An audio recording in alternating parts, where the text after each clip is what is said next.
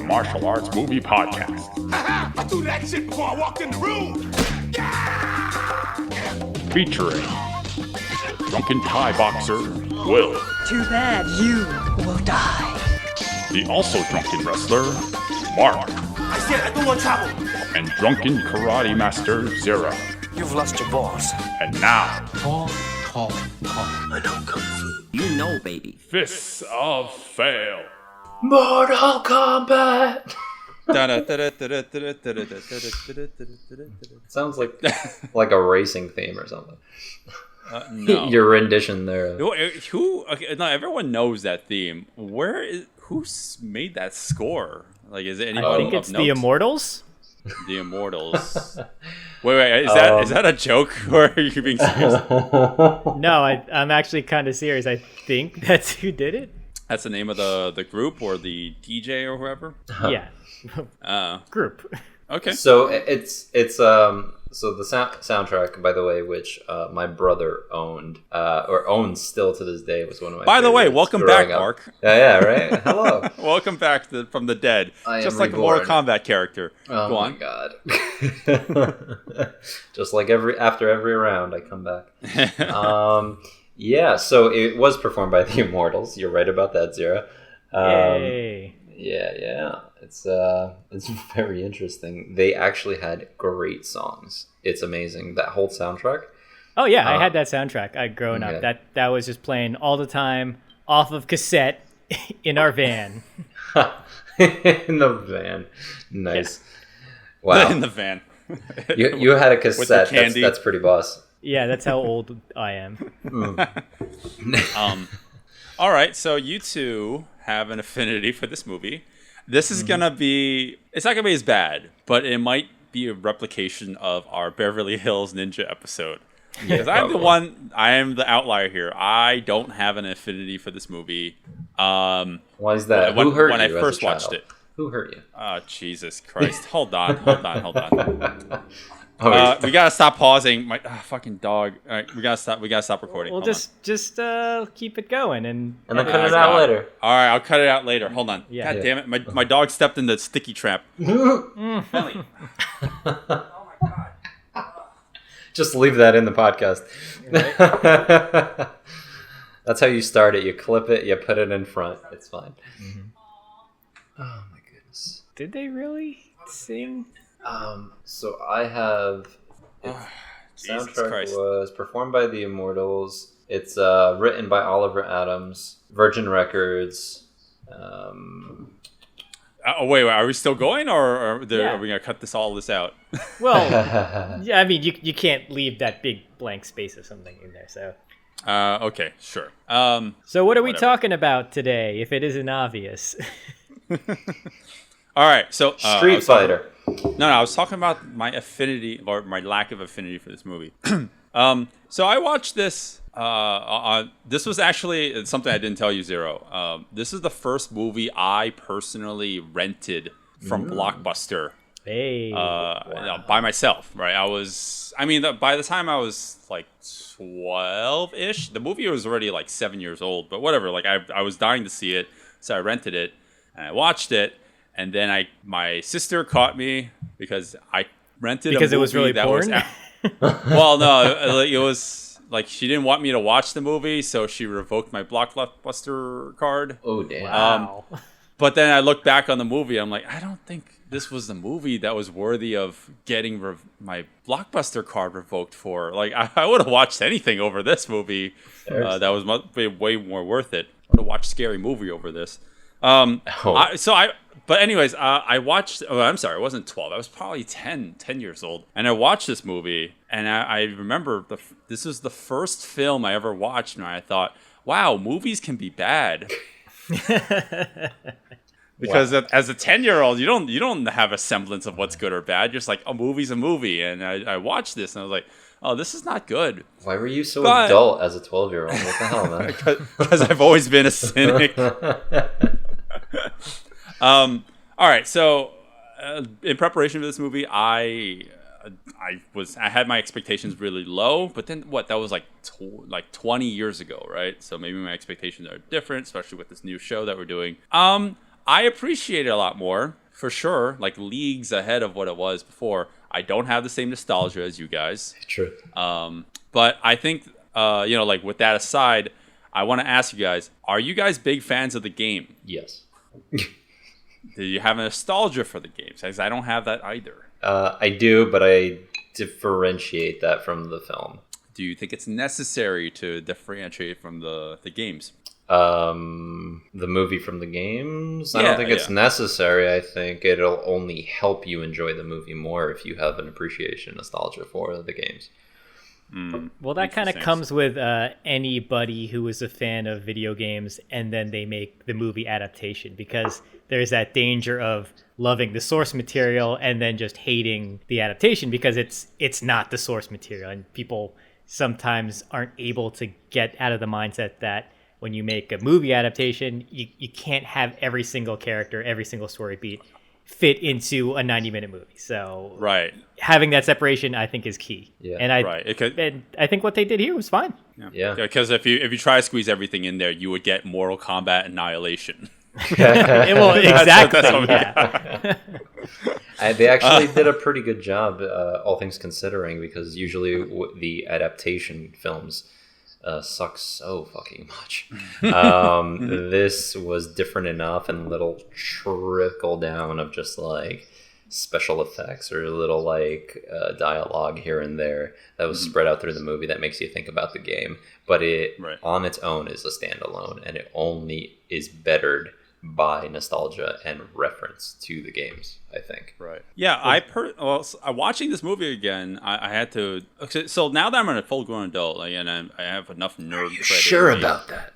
I mean, I'm kind of an adult. Sometimes I look at my Pokemon collection and I think otherwise. But I have enough nerd cred where I can say that I've seen enough or know enough about Mortal Kombat, which case I can say that I know Mortal Kombat. But watching this movie, I have to judge it on its own merit. But I mean, when Paul W.S. Anderson, the director of this movie, made this film, he made it as some sort of not love letter, but he clearly had a passion for the game. So he tried to transcribe that onto the screen as much as possible. And I don't like watching it. I'm like, I don't know what it was like to be a 90s kid who was into Mortal Kombat. So hey, I don't know. Was there something that was lost on me? Maybe, but at least it ain't no Batman Forever. Yeah, choke on that whiskey.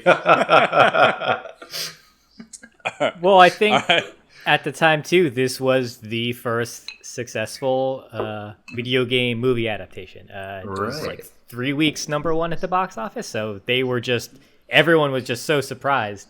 Yep. But yeah, looking back, I feel the story is a little too complicated, although it's pretty straightforward. Now that I've watched it again, it's been years, maybe around similarly to how long it's been for you, Will. Well, I mean, go. Sorry. Well, I was just gonna say, I feel that they could have stripped down the story even simpler, and I probably would have enjoyed it more. That was the only thing I noticed upon rewatching. That all the thing with this is the 10th tournament. There's been 9 before it. The Outworld is gonna merge with I was like, I don't want any of that stuff. Just keep it just keep it a tournament.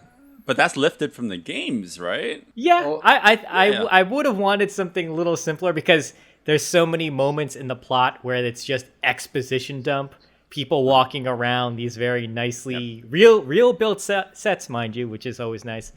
But then it's just like Raiden having to tell everyone, well, this is the story, these are the stakes. And then the pacing just grinds to a halt because we have to start taking in all this information. Yeah, right. Okay, yeah. Well, I mean, I thought it was actually fine, and that's weird for me to be so forgiving. Period. Usually, I'm quite the Debbie Downer. But what the story is actually like the bare bones of the story is very, very simple. Have you seen Enter the Dragon? There you go. That's the movie. That's what else is there? It's Enter the Dragon with a lot more killing, but nothing graphic. That's fair, except Bruce Lee is Robin Shu. Yeah. Well, Robin Shu is based on Bruce Lee. Yeah. Oh, no, not Robin Shu. Well, Yeah, Liu Kang, when Robin Shu's parents were trying to conceive him, they're like, we got to make Bruce Lee. He was born with nunchucks in his hands. All right, so yeah, Robin. Okay, so since we're talking the topic of Robin Shu, let's just introduce our main players, right? So we have Robin Shu playing Liu Kang, our main character. Lyndon Ashby, who's Johnny Cage, who I believe isn't a full-fledged martial artist. He apparently has a boxing background and did a little bit martial arts himself, but he was a martial artist. But for the sake of the movie, he did do quite a few of his own stunts. And then the rest, they're not main players. We'll mention Bridget Wilson because she plays Sonya. I mean, when we talk about her, we'll talk about her. I don't have anything substantial to say about her. To clarify, they're not major players in the film. Characters. In the film, not in the game themselves, because yeah, right. Well, I mean, basically all the main. So I would say that Sonya is one of the main three characters, but I guess in terms of us speaking about her specifically for this podcast, she's not a trained martial artist. No martial arts skills that she had beforehand, and she had to learn for the film. And you can see that she is, obviously the one that's weakest in terms of her choreography. But she pulls it through. Yes. She actually does a pretty good job, things considered. I actually thought there were some other people that could have been like stuntmen or potentially non-martial artists in the movie that were in the tournament that actually sucked a lot worse than her in terms of choreography and martial arts ability. Right. Well, we'll go more into specifics and explaining why we think that way. But we have a lot of characters in movies, obviously, because we're lifting it straight from a fighting game with all these fighting game characters. So, it's obvious for obvious reasons we can be going down this list, But, the two standouts that make this movie, for me, upon this more recent viewing, are two actors. They make this fucking movie. It's Christopher Lambert. I want to talk more about him in a second. Okay. And Cary Hiroyuki Tagawa. Okay. I can never pronounce his name correctly. Shang Tsung. Yes. He is the definitive Shang Tsung. I like that. He was, when I was younger, I always, as much as I didn't like the movie, I knew that this guy he made this fucking film. He was the best part of the movie. Yeah. Well, they gave him the simplest lines, but just how great his delivery was, you quote it. You can't help but do it all the time.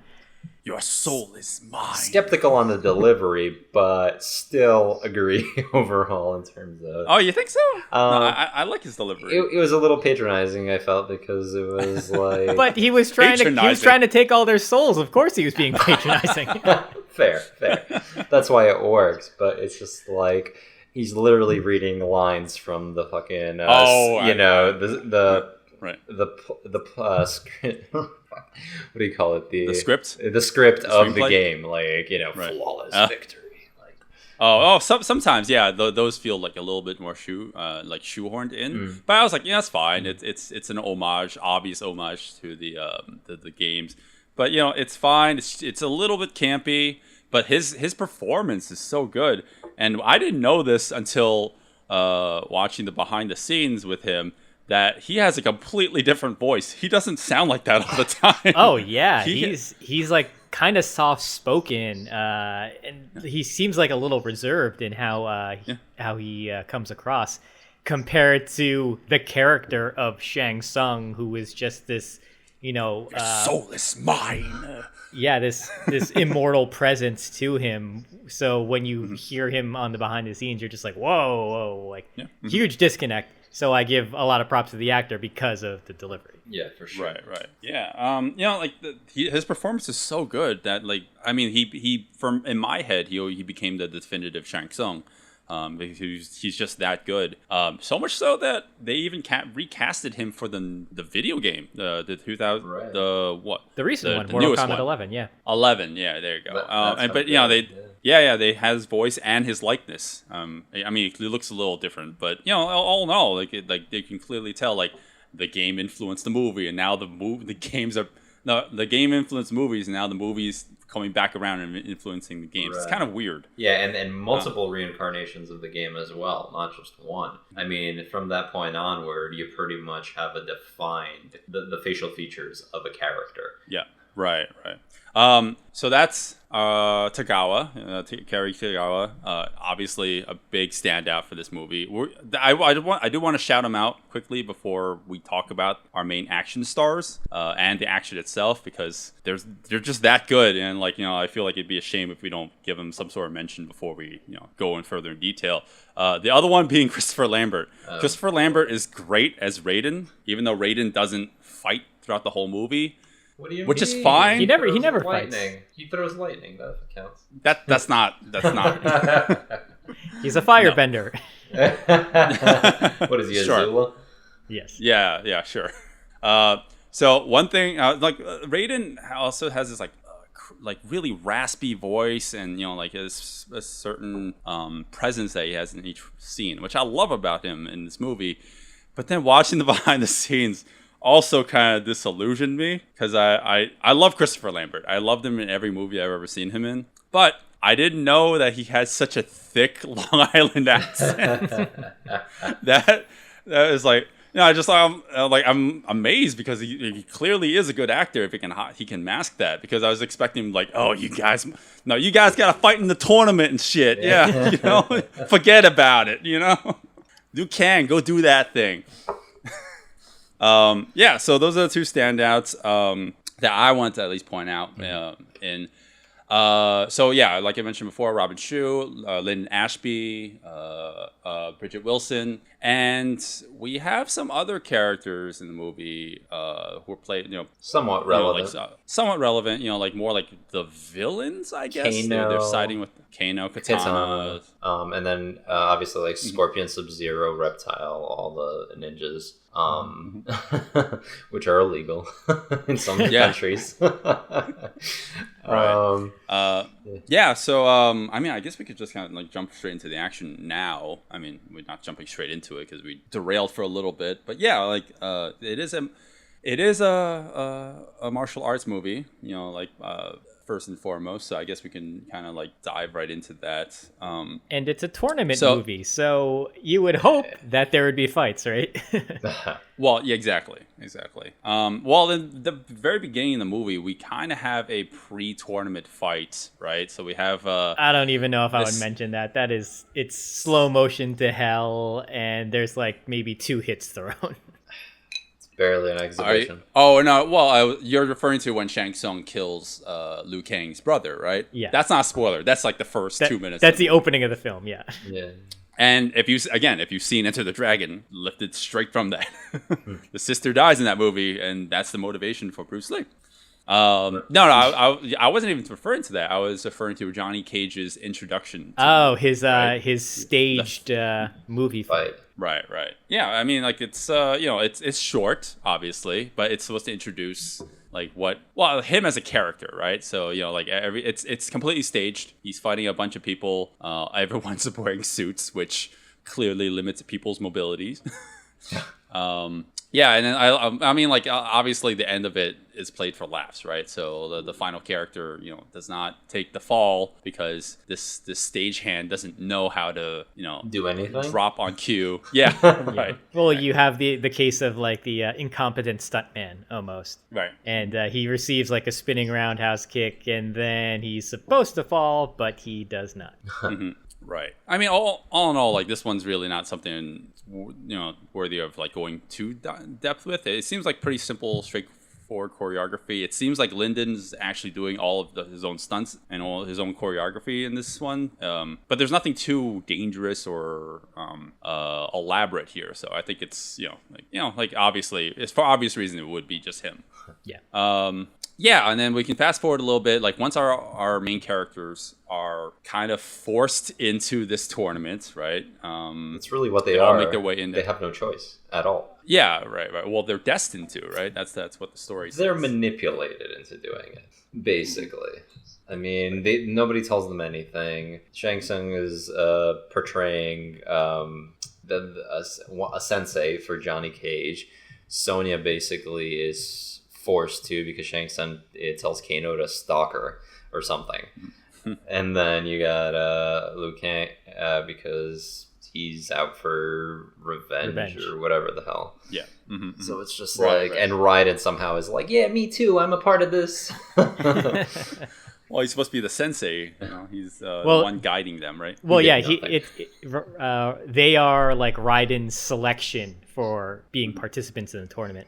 And I think somebody mentioned this in like one of the Q&As. It's like, why did Raiden pick these guys? Like, Shang Tsung picked Sub-Zero and Scorpion, 2 ninjas with superpowers, and then you have 3 human fighters who, we don't know if they have superpowers or not.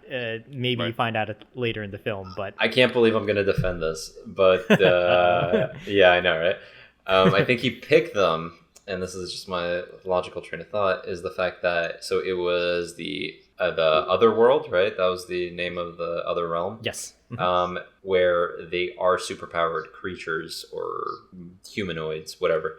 And then, so it's that world versus another world. So you have to choose your players or your pieces from each world. So because it immediately becomes a disadvantage because one world is superpowered, one is not. But you are forced to pick the best of the best. But honestly, that choice, like, he could have picked Arnold Schwarzenegger, like, to find Goro or whatever. Like, come on, like, something. Right. It just well, made no Raiden, sense. Raiden was like walked into a movie theater and was like, "Oh, this Johnny Cage guy looks really good." There you go. What are And they movies? just, it's like, what's a movie? I don't know what that is. So the other standout player, I guess, in the movie isn't the actors themselves.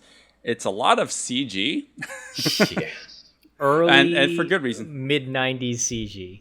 Yeah, and for good reason, because a lot of what Mark was just saying just now holds true. A lot of these characters are doing things that are not physically possible. For practical reasons, they have to fake it in some certain ways. So, when Sub-Zero is throwing an ice blast out of his hands, or when Scorpion is, taking out a sharp dildo out of his hand that shoots all around the forest, or when Reptile is just being all CG in general. That's the it definitely shows its age, but it also that's okay. That's okay. I'm very forgiving of the CG in this film. It's age. Sure. That's all. Yeah. Unfortunately, I feel like a lot of the CG comes into play and becomes a distraction for the fights. And in some cases, it cuts the fight short. In fact, in some cases for better though. You think so? Okay, well, maybe we can elaborate on it when we get to that. Yeah. Because I think we're speaking about the same thing. Right. Well, I mean, I'm speaking as a general statement because it affects multiple fights in this movie. So the way the movie works is once the characters have gotten to the island and everyone's kind of getting situated or learning the rules of the tournament and whatnot. And the characters get introduced to one another. We have a series of back-to-back fights. A lot of them. Before the tournament even starts. Well, we have maybe one before the tournament starts once they're on the island, and then it just it's back to back fights. Well, to clarify, for the sake of plot, because you know how much I love that shit, and I'm back, baby.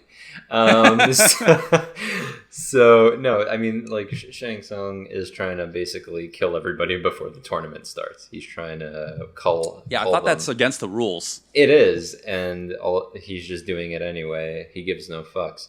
So, but then by the time we get to the actual tournaments, there's already 2 fights. Which is crazy, and some of them seem so pointless before the tournaments. Sub-Zero kills a dude by doing nothing. He Kamehamehas the fucking guy. Well, they gotta set up the power levels. We know the threat now. He can shoot ice out of his hand and explode somebody. Why divulge secrets before the fight? That is true. Yeah. That is very true. Well, I'm sorry, but his name is Sub-Zero. I mean, you can't deduce. If he starts shooting lightning out of his hands, then I'd be very confused.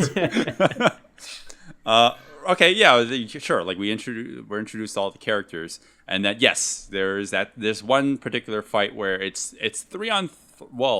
It's the 3 main characters. Yeah, it's a group fight. Sonya, Johnny Cage, and Liu Kang. Wow, look at me. I know my Mortal Kombat. They take on a whole bunch of these bandit henchmen-looking guys. And it's interesting when you watch it in the behind the scenes because, obviously they do everything in multiple takes.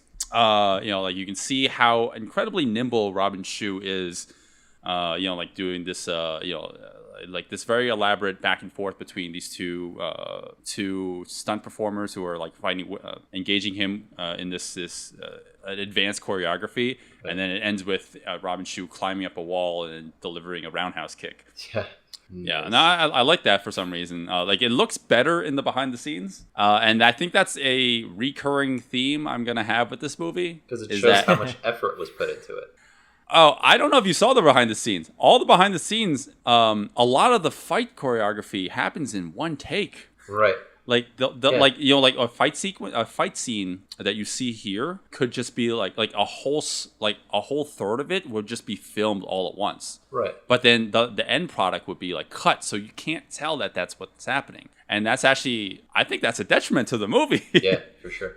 Well, this fight we're talking about, this is like the epitome of everything I hate about American fight scenes. It's it's cut up together, not necessarily in the worst way, but like you mentioned, the way they shoot American fight scenes is you usually shoot them in masters. So you have the performers doing the choreography from beginning to end, and it's shot with a wide camera, it's shot in a close up, and it's shot in a mid, and then it's somebody stitching it all together, as opposed to where if you do a Hong Kong production, it's done more so in a storyboard like fashion where they know the angles they want and they'll keep on redoing certain takes, but they won't do the entire choreographed sequence. They'll just do like little portions of it, then they'll move the camera to where they want it next. And so I don't know, like I guess there's positives and negatives to both, but I don't know. Every time I see an American action film, like this is what it looks like, and it just comes out so bland for me all the time. Yeah. Right. Yeah. That's a very good point. And I guess we could kind of talk about Robin Shou, right? So this guy is. He's American, a Chinese American. Like he I think he was born over there, but then came over here really young. So, but whatever. He went back to Hong Kong and made a career for himself prior to Mortal Kombat. The Mortal Kombat itself was his first American movie, right? But he has enough experience doing Hong Kong films. So Zero and I watched Tiger Cage 2 recently, just for shits and giggles. And, like we were watching Robin Shou. I mean, he was keeping up with Donnie Yen, right? Yeah, it was great. He was, I thought it was pretty good too. But he was moving pretty quickly. He could hit all his marks, and he was matching that cadence of a Hong Kong action film. So bringing it here, and I know in the behind the scenes he talked about, he came to Mortal Kombat and he was expecting it to be like a walk in the park since he came from Hong Kong, but it wasn't as easy. Sure, but unfortunately, the American, the way that we cut things in America, it makes him look less impressive. Yeah. Well, I remember him saying, I think he was saying to the director, like, "Oh, well, in Hong Kong we do this," and I think they wanted him to do the choreography from beginning to end all the time. So when you have to do entire sequences of choreography from beginning to end in multiple takes, that's so tiring. And usually what happens is at the end of the fight, you're just slowing down considerably, Yeah. And so it just you're just taking these takes when your actors aren't at like 100%. And I understand, like, if you do it the other way, your actors aren't always at 100%, but like at least they're not performing such long sequences of like movement for I don't know, like for the entire sequence, for example. Right. Yeah. No, I don't know. I kind of like that though. But I'm spoiled by Hong Kong. What you say? No. It's finished. Well, no. All I was gonna say is like I kind of appreciate that. I got spoiled by that from Hong Kong movies. Like we get these really nice long takes, these incredibly well thought out wides that just capture all this uninterrupted action. And I just like seeing all that. And watching this movie. I just feel like it's a shame because it's not like they didn't have the ability to do that. It's just because of the conventions of American action movies, they cut it to shit. There's so much editing going on. just because you have those three wides, right? You have the close up, the mids, and the wides. Doesn't mean you have to use all of them. Like you have to constantly cut back and forth between them. Yeah, we've mentioned this like in the previous episodes too, where it's also American editing, where instead of letting a kick or a punch just land, they always have to cut to a reaction of the person receiving the blow. And in this scene, that is extremely evident as well. There's a nice moment when Liu Kang jumps off the wall and turns around to kick the guy who's pursuing him, and the kick obviously would have landed. It's not like they needed to edit it to save the movement, but they edited it so that you can just see the close-up of the foot hitting the face, and that's not always necessary. Right. And the behind the scenes, it looks way better, and it almost looks like it connected. Like I would have preferred that. Mark, what were you saying before? Well, to combine what you guys were saying, basically, it's the consistency problem in how the actors or the stuntmen get tired because you have to constantly do these scenes over and over and again. So you get tired. Fine. I like consistency if it's short enough where you can do the whole choreographed set, and then you can kind of get into it. Because if you go in cold and then you jump into something, you kind of have no start point to kind of get that rhythm, that flow. But when you're going through a whole scene and then it takes like 2 minutes by the time you get to the actual thing that you have to redo, you're fucking tired, you're done, you're not there, you're not focusing on it anymore. You're only focusing like that first 10 seconds. But that being said, with the cuts, it makes no sense that somebody would make them do with it because of the style of editing, because of the directorial style. It's just sadism at that point. You're just making people do shit for the sake of doing it because, like, look, we're working hard. It's like, how about you fucking make the movie better by stop cutting and actually do a little bit more wide shots, like, please and thank you. So. Right. Well, it's weird because getting ahead a little bit, I feel like they rectify a lot of my personal complaints with the American style fights later because there are reshoots. So there were fights that were actually missing from the original version, and they got audience feedback from the test screenings. And so they're like, oh, okay, great. They're going to give us more money. Let's do 2 good additional fights. And like those are exactly what I wanted from this movie, even though it is still an American movie and there are still like American style things going on in the background. It looks so much better. Right. Yeah, and that was something I was gonna get to, like when we actually get to those fight scenes. Well, I mean, like, can we just fast forward a little bit so we can talk about like the next couple of fights? Because like like before we even get there, we have this one sequence where Liu Kang fights. Well, we have a Liu Kang fight, we have a Sonya fight, and then we have finally a Johnny Cage fight, and that's one of them we can talk about. So there's one Liu Kang fight. Let's everybody name some Mortal Kombat characters. We have Liu Kang, Sonya, Kano. It's like Sonya versus Kano. Liu Kang versus random black guy with a bow staff. With bow staff, yes. This is a weird fight because it's a great fight in my opinion. It's weird. Well, if you're a Mortal Kombat fan, you might look at this scene and be like, why is there just a random character here? Like, this would be a great opportunity to just have, a Mortal Kombat character, right? As a stand-in. Yeah, I was going to say, like, this is a wasted opportunity. They could have just filled in, like a Mortal Kombat character. And I understand. They actually kind of used up all the characters from the first game already. And if you think about it, really? Yeah, if you think about it, Katana is in this movie. She's in the second game. Reptile is in it, but he's a secret character. So it's like they would have had to start going into the second movie. They would have to start pulling out characters that maybe they didn't want to use for this movie. Maybe they wanted to save for the sequel. So I get why we have rando bow staff guy here, but maybe they could have put Baraka or something, or maybe just like another ninja, I guess. I was thinking Baraka. Yeah, I was thinking Baraka. I mean, like, I don't know. I don't know, like what other characters. I'm not that big a fan of Mortal Kombat, but it does feel a little random, but it's okay. I mean, this scene is fine. I'm not the biggest Mortal Kombat nerd, so It's not like I need full representation, but putting myself in the shoes of a fan, I can see this as a wasted opportunity. But for what we got, I thought it was okay. Here's the thing, though. This is why I don't understand why they didn't pick the character. Because when you think about the original list of characters, fair enough. Everybody that was listed showed up, and then they kind of maxed it out. But Jax was a character that popped up in this movie as like a cameo, if you will, or whatever you want to call it, because it's technically not. He just popped up to infer that there would be like a sequel. And then the ending of the movie also kind of implies there's a sequel. And I think they were going based off of each individual game, like Mortal Kombat 1, Mortal Kombat 2, etc., to go off of it. But if you're going to put Jax in the first movie, then you should put another character from the second game into the first movie, because you already did that first step. So instead of picking a random character, you could have picked anybody.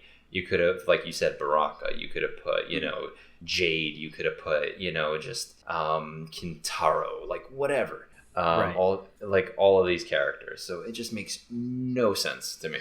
I feel like all those characters you just mentioned are in the sequel, and you're gonna eat your words because they did not nail that. They did not stick that landing in the sequel. So in the original script, apparently Jade was written into the movie, and she was supposed to fight Sonya Blade, but obviously it got cut. Well, it's cut because they okay. So there's another thing, right? A lot of these characters, they are prioritized based off their popularity from the game, right?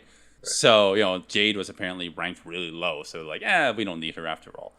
I don't know who could have been the stand-in for the bow staff fighter. But I don't know. If it's going to be an unpopular character anyways, it's okay to take on, for it to be a sub-in for a non-character in this movie. Or a character who just only makes it through the end of the fight and then gets his soul sucked out of him by Shang Tsung. Yeah, make it Stryker. That guy sucks. Stryker, there you go. Everybody hates Stryker. It wouldn't make any sense because isn't Stryker a good guy? Yes, but doesn't matter. Everyone hates Stryker. Doesn't matter.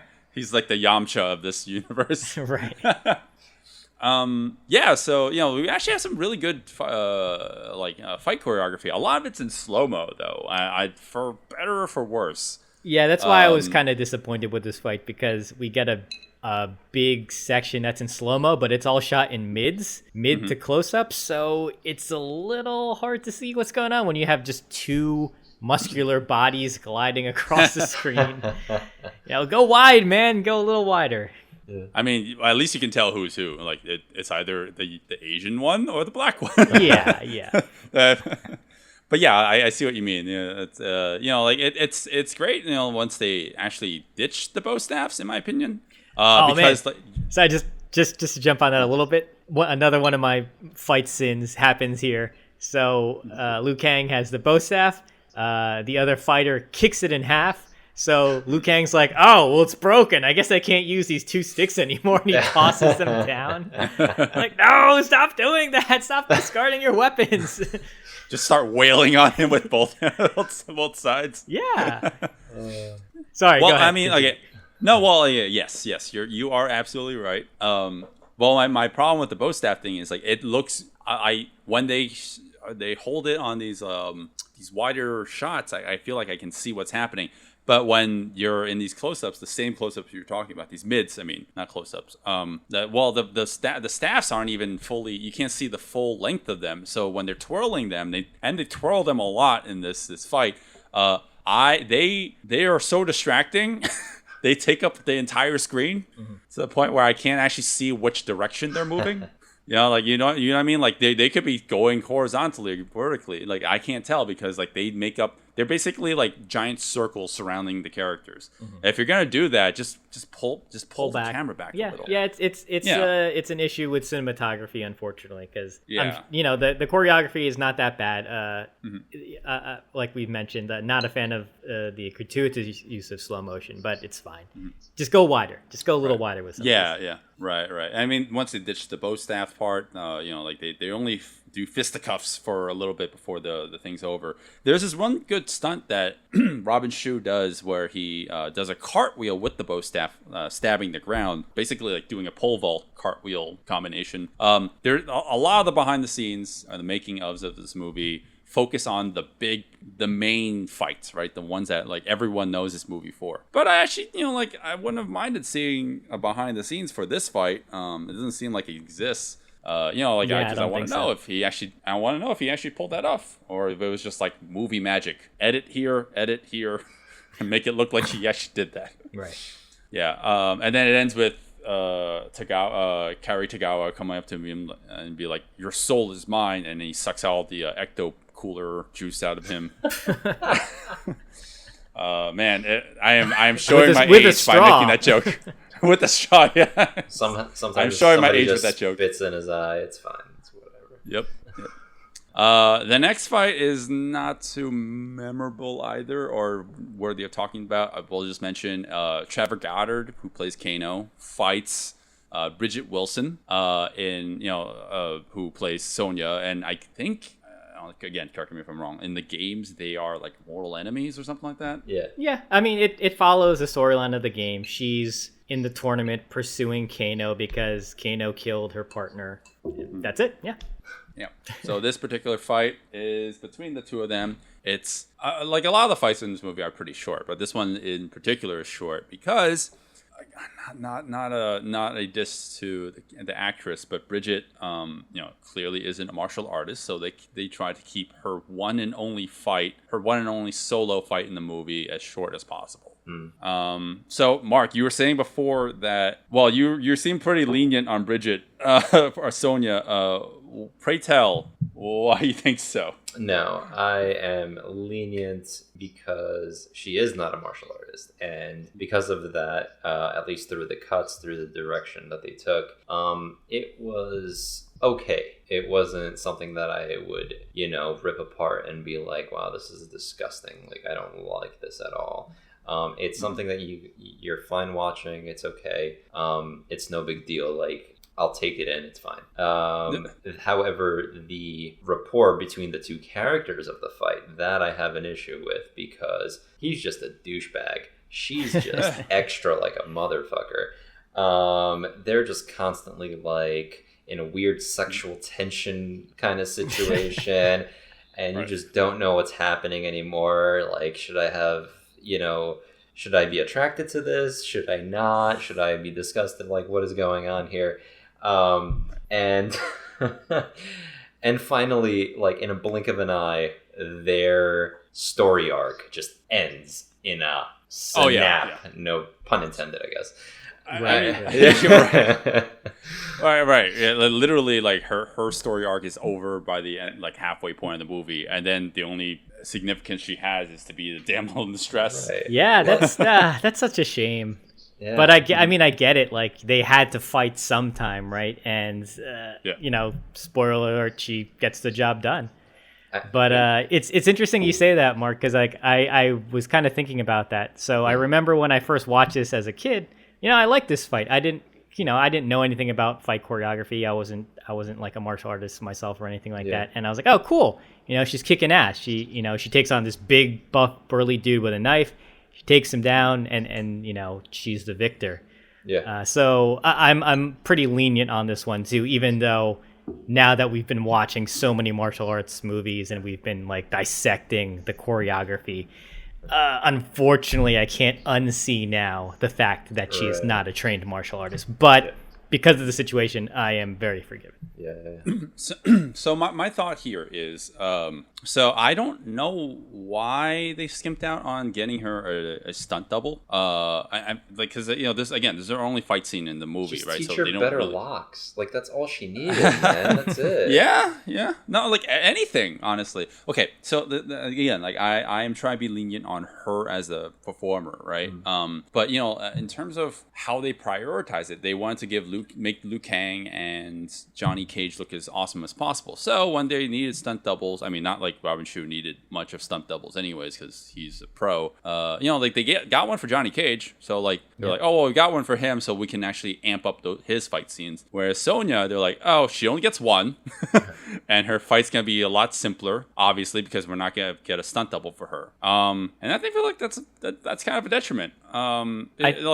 I can't remember if she said that she wanted to do all her fights, so that's why they just let her do it.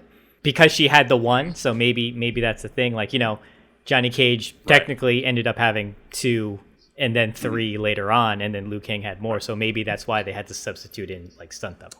I wish. Okay, then that's me kind of asking the screenplay, the screenwriters, like why couldn't we just have another Sonya fight, and then we can actually increase the quality of them. Yeah. Because with this one fight, yes, it's great that we can actually have the performer doing her own thing, but unfortunately without a stunt person, there's like a limitation to the quality, like how entertaining it can be. So in terms of like the specifics of it, she even like it's very hard for me not to be like overly critical to someone who doesn't know martial arts. But just from looking at her stance, like you can tell she doesn't know anything. She looks very timid. She looks like she doesn't know how. She doesn't take on any sort of like fighting stance at all. She like her back is like weirdly rounded. It looks like if she were to lift something off the ground, she would herniate her disc right away. Like it just like she looks like unsure of herself. And even when like she throws these spinning kicks, like she comes back into this position where I'm like, oh man, like you aren't selling this. And again, I'm trying not to be harsh. It's just, like I wish they just got a stunt double for, or like made stunt double and or did the editing in a way that made her look better. Right. That's all I'm saying. And they love to edit, so like why that wasn't an idea, I have no idea. But I actually associate her stances with like an actor who sees like Muhammad Ali for him fight, and they're like, oh, this is a thing, okay, cool, like we're gonna do this, like bob and weave like I got it now. Yeah, she's not even doing that. She just looks kind of like awkward. Yeah, they like gave her a tape and they were like, figure it out, we'll edit it, and they lied. I know. Oh my god! I guess I know more Mortal Kombat than I initially let on. The way that oh my god! If you want to talk about nerds, you should see the Q&A, the audience members.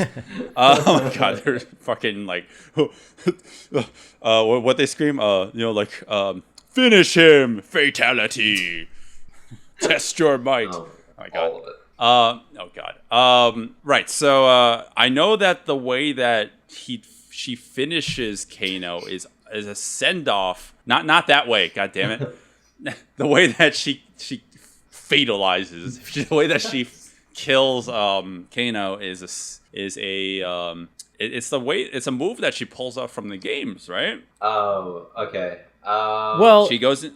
She kind of has that move where she goes into the handstand and she throws you via the neck lock, but her finishing move is not that. Right. Not her finishing move, but she gains the upper hand again by doing that same move. Except in this movie, in the game, like she goes in a handstand while her feet grab the head of the opponent, and then it's a throw. Hurls she snaps her legs back to the ground and she hurls the opponent. Here, I guess the actress can't do that. Yeah. She's not. Interestingly enough, they kind of just let both actors fall, and I feel like that's a little more realistic because you'll see later on, usually people throw from that handstand into the neck lock, and it's so unrealistic, but it's done so often. So I was actually fine with that. Okay, yeah, they just both fall, sure. I don't like the way that... Well, I mean, if you're going to talk about authenticity to the movie, to the games, I'm surprised I'm surprised and also, happy that Kano wasn't shooting lasers at his eyes. I was just going to say, if you're going to be that picky, Kano isn't doing something like that. Actually, one of the things that actually really pissed me off is his knife wasn't quite right. I don't know why, but actually really pisses me off. It's like, how hard was it to do that? Just get the knife right. That's it. Just little things. All right. See, I'm not that picky. I'm pretty picky about things, but not that picky. Then Sonya kind of kills him in a very non-heroic way. I always hated that. It's murder. I remember watching it. It's called character arc, Will. Well, no, that's the thing. So, okay. Oh man, we should talk about this one thing that Raiden hammers into the main character's heads, which is vengeance is not the answer. It's like a recurring. Oh my god, you're scoffing for a reason, because it's like a recurring thing. They're like, you can't just be blinded by vengeance. No, You see, can't be he was blinded by only vengeance. talking to Liu Kang in that moment. He wasn't talking to Sonya. I don't care about the Americans. Liu Kang shouldn't care about vengeance because Shang Tsung killed his brother. But Sonya's like, what about me? He's like, fuck, do whatever the hell you want. Right, because like there's a moment where Kano's like begging for his life, and then Sonya's like, fuck you, and just kills him. Yeah. That's it. It's like unheroic as hell. And she's no, a but police even officer. Luke Kang, like she Yes! broke every moral code there could possibly be. it's not her jurisdiction. Oh my all right. The same thing applies to Liu Kang. Like he doesn't even by the end of the movie, he doesn't learn his lesson. Like he actually succeeds in getting his revenge. Yeah. But again, we'll get to that when we get to it. All right, so now we can finally talk about one of the major fights in the movie. Oh yeah. So Mark, I don't know if you know this. So apparently, when they did the initial cut of this movie, the original test cut for the movie, the audiences watched this film and they were shocked to realize that there were not enough fights in the movie. Right. Some of it was due to the fact that they didn't have enough budget. Right. So after that test run, they finally could get to a little bit more money, and they invested in 2 more fights. And one of the fights is the Johnny Cage versus Scorpion fight that happens after Johnny Cage. Well, originally it was going to be Johnny Cage is in the woods. He's trying to run away from this CGI pelican snake thing that's flying around the woods. I was gonna say tentacle. And then. Yeah, like this hentai tentacle comes at him, but the tentacle lands on a tree and kills itself, kamikazes into a tree, and then Johnny Cage runs at him, a scorpion, and delivers a flying sidekick. And the original test cut was after that sidekick is delivered, Scorpion is defeated. Yep. And that's it. Oh, that sucks. Yeah, exactly. It sucks. Well, that's why you can see that weird CGI nonsense going on in that one moment, because they had to figure out a unique way of continuing the fight. And I didn't know that. And now that I know that, I'm a lot more forgiving in how they transition to the next scene, because they literally CGI away. But so I was going to say, at least they managed to get Johnny Cage's flash or shadow kick in there, which never would have appeared anywhere in the movie. So they kind of hinted at it in that moment. Yeah, no, that was a great transition, I think. And only because the next scene or the next part of the fight, honestly, I think is the stage. Everything here looks so fucking fantastic. Oh yeah, that set piece is awesome. Love it. Well, I was always wondering, like, what is this supposed to be? Is this supposed to be hell? Because I know Scorpion in the game. Damn, I know a lot about Mortal Kombat. Yeah, what are you talking about? Yeah. I was like, what the hell? Yeah. No, I don't know. I watched I never play the games. I just watched cutscenes on YouTube. He's in like the fire pits of hell, or of like Mm-hmm. one of the other realms, or within the realm of Otherworld or whatever. But basically, he's in like the burning hellscape that is his home, or where he resides. Right. And I guess they like transported there, and that's what the implication is with the red lights and everything. Right. But yeah, so I like the stage a lot. So it's basically, what is it? It's like this really reddish tintish, like yellow tintish environment. Like it almost looks like hell, like you said. It almost looks like a pirate's like abandoned ship. Actually, it kind of does, because it's got all the ropes coming down and all the wood and the cobwebs, just the crisscrossing dust everywhere. Yeah, because earlier in the movie with the sailboat that they had, the giant ass boat that they were delivered on. It's a very similar vibe and set, but this one actually looks so much better. You can see where the money went clearly. And it wasn't even that hard to do. Like the sailboat, you could see that shit's like paper mache. Here, this is legit, like bamboo everywhere. This is like there's steel being welded in certain places made to look like old wood. Like cobwebs everywhere. It's freaking great. And best of all, it's a hand-to-hand, no CGI, real like focusing on the choreography and moves and like damage to each other, like when he's falling and he's getting pummeled and whatever. Like I don't know, probably one of my favorite 2 scenes in the whole movie. Right. Well, I mean, the other one you're probably thinking of is probably the other scene that was added into the movie last second. Probably. We'll see. We'll see if it's true or not. Yeah. This scene's great. For multiple reasons. I think one reason it's great is because when they could use Lyndon Ashby, they actually had Lyndon Ashby doing his fight choreography. I like who plays Scorpion? Chris Casamassa. Okay. Now these two have they clearly have a great fight rapport, like choreography. They're syncing it pretty well with one another. So prior to this movie, I didn't know if Ashby was a martial artist or not. I thought the movie sold it well enough in a way that I can believe him. But in watching it again as a 30-something, I realized there are certain shots where it's clearly not him, and there's 2 particular shots that are in these really nice panning wides, really slow panning wides, one up and down, and one left and right. We added artsy element to it. There's a foreground object and that's not obscuring but just there. And you can see there's really good choreography going on between these 2 performers. But that's obviously a stunt double, right? So we have someone who's actually a martial artist doing being a stand-in for Johnny Cage. I like those wides a lot. I don't know. I think those are probably the best parts of this fight. Even as an adult, I can be fooled into thinking that could be Lyndon Ashby. I wouldn't even know. Yeah, so this is how you do it when it comes to using your stunt double and just having a composed scene. When you want to have those nice longer takes in choreography, you go wide and use a stunt double. And like you were saying, those are kind of the nicest parts of this fight because we get unbroken takes, we get some nice consistent moves. And then when they need to go into the arm locks or the up close of the reactions, then we get Lyndon Ashby in there. And he's still doing some stuff in the close-ups where we need to see his face, but then we keep on cutting every now and then so we can get that stunt double in there to do the more complicated stuff. Right.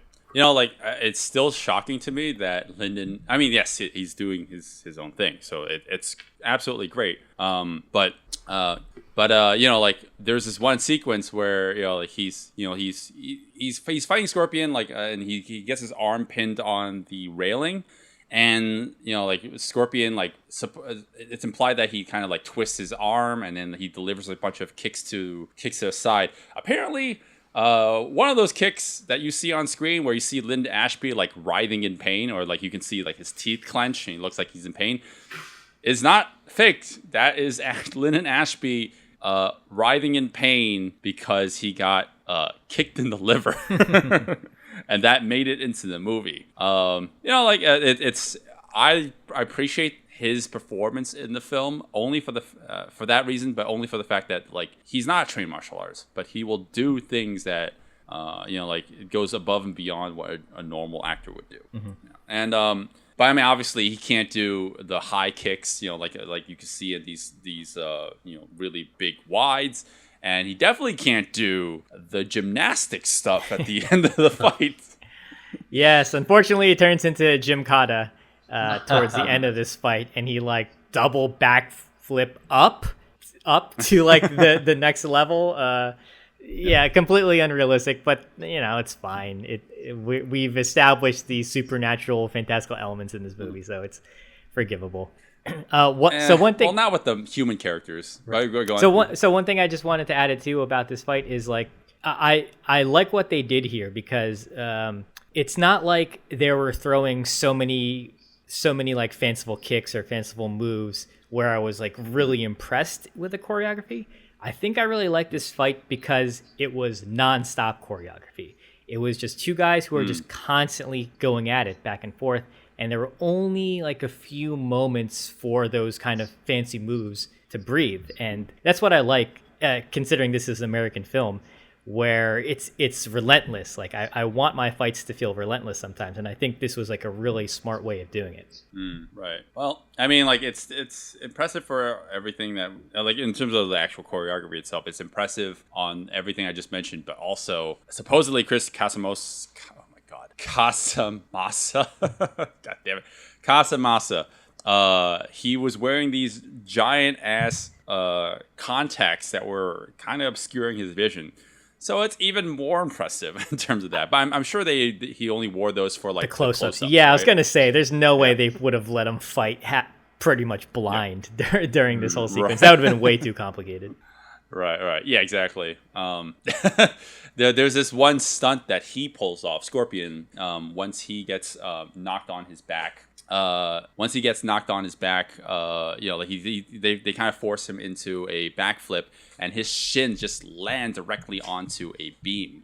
It's like, it looks fucking crazy painful because like you see his shins just just they clip, smash, like smack. They don't clip. They just directly hit it. Yeah.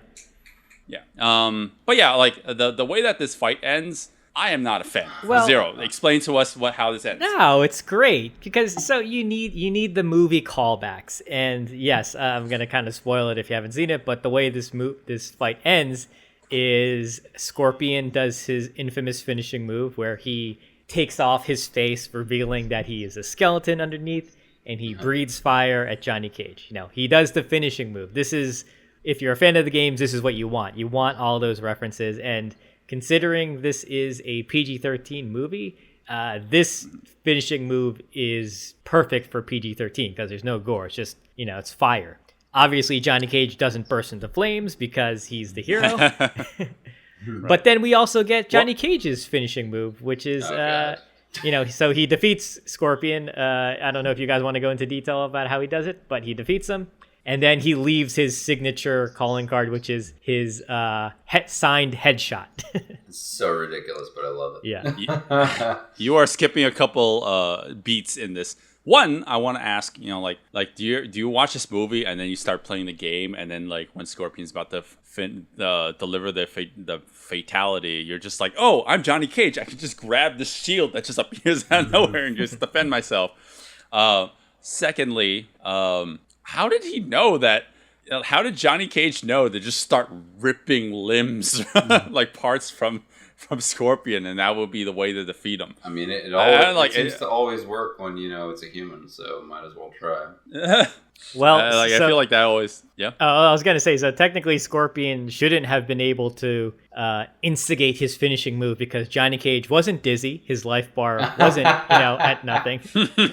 So we're already breaking this illusion of what the game does. So it's fine. To be fair, Right. also Scorpion bleeding lava. That was awesome. And surprisingly, that's real. It's a dummy. That's it's not CGI. Sure, there's like CGI explosions kind of layered on top of each other when he explodes, but it's kind of fun that they just have this dummy on a stick and it's like writhing in pain because it got cut up. My biggest concern in that whole scene was at the end after Johnny's finishing move was how the hell did he get out of hell? Oh my God, good question. I'd never thought about that. That is a very good question. That's why you Holy do shit. hard cut to the next scene. Yes, good transition, just like the movie. Oh man, that would have been a great like throwaway 80-yard line when they all get back together. He's like, "Oh man, I just went through hell." Yeah. John, you just you see him with a shovel. He's like, I just climbed my way up. The next fight is Liu Kang versus Katana, and that's the end of the fight. Irrelevant. Okay, so anyways, it's kind of it doesn't matter. Like this fight doesn't matter at all. It's such a weird fight because yes, he subdues her in the end, but it hard cuts, and that's the only way we know the fight ended. Yep. Like she doesn't yield. Shang Tsung doesn't scold them for talking during the fight. Right. It's such an odd moment. Nobody gets killed. No one gets killed. It's weird. And I was thinking, I'm like, Which is the point. Like you're supposed to finish them. Like Yes. Well, yeah. Like, aren't they breaking rules? Yeah. Like you can't just have a default. Can you? I don't know the rule. Like, so the rules. Yeah, of well, this that's tournament why don't make that's any why I sense. was saying, like, she should have said something like, "Oh, I yield" or "I surrender," and he would have maybe just give a shot of Shang Tsung being like, "Oh, fuck this." yeah, something like Shang that. Tsung would just like electrocute him to death. I don't know. plots done it again. Oh God. Plus, I'm allergic to crappy endings to fight scenes. All right, fine. Skip that. We're gonna talk about the Sub-Zero fight. with Liu Kang. Sub-Zero fight. Zero. Talk about the Sub-Zero fight. So, Liu Kang fights Sub-Zero. And that's about it. Yeah. Perfect. No. There's absolutely no way I think that way. I mean, 'Cause it ain't the that's it ain't exactly the what it caliber is, of the though. katana fight. Well, it's not the caliber of the. Well, actually, you know what? You are right.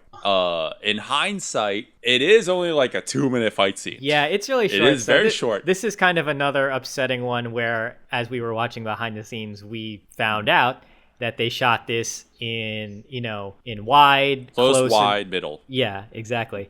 And they had the performers do the choreography from beginning to end. And this fight starts out with them standing in the center of this kind of hallway-ish area.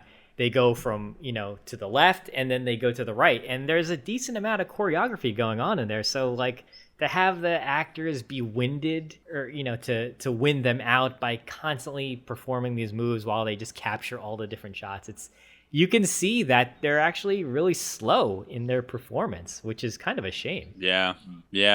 Well, I mean, I like the ones that we can see in the behind the scenes because so the way that starts is they're on this platform or this higher platform. It almost looks like it's a stage, right? Yeah. So in this one take, you see the DP or they're the cameraman, like they're dollying, tracking them as they're moving. So the actors are fighting, doing this choreography from center stage all the way to the left, and then back to the right. Yeah, like all the way from middle, left, right, and all in the middle of all this, they're just like nonstop fighting. And it ends with, Francois Petit, who plays Sub-Zero. Obviously, he had to stop there because the next transition is him doing a front flip off of the bottom level onto an even higher platform.